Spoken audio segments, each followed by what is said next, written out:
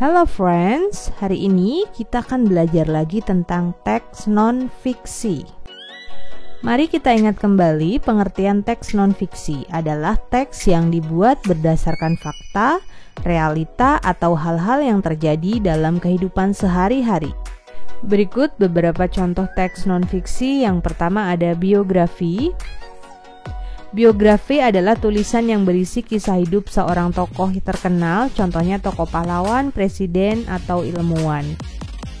Selanjutnya adalah laporan berita, yaitu bentuk penyampaian informasi, data, atau peristiwa yang terjadi sesuai dengan fakta yang ada. Selanjutnya adalah karya ilmiah. Tulisan ini dibuat untuk memecahkan suatu masalah yang terjadi. Isinya adalah data, fakta, dan solusi dari masalah tersebut. Lalu contoh selanjutnya ada tulisan sejarah, tentunya adalah tulisan yang berisi tentang peristiwa sejarah yang terjadi.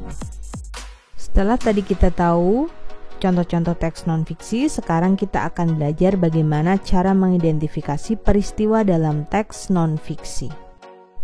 Cara yang pertama tentunya adalah dengan membaca teks tersebut secara berurutan. Kenapa harus berurutan? Supaya tidak terlewatkan peristiwa-peristiwa yang terjadi pada teks tersebut.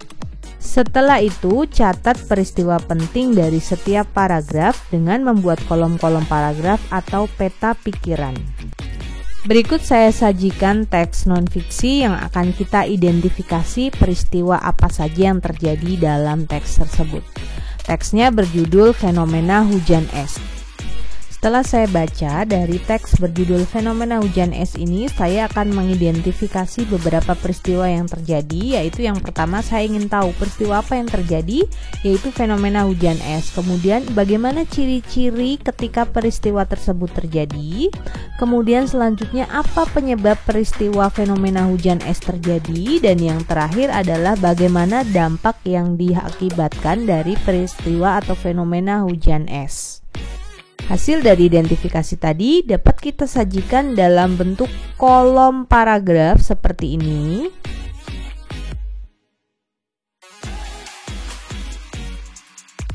Atau dalam bentuk peta pikiran seperti ini.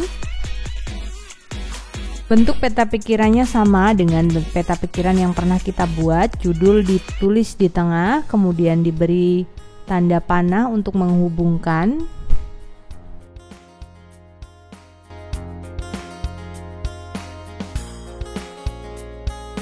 Itu tadi materi kita untuk hari ini. Terima kasih sudah menyimak video ini. Mudah-mudahan dapat dipahami dengan baik. See you next time.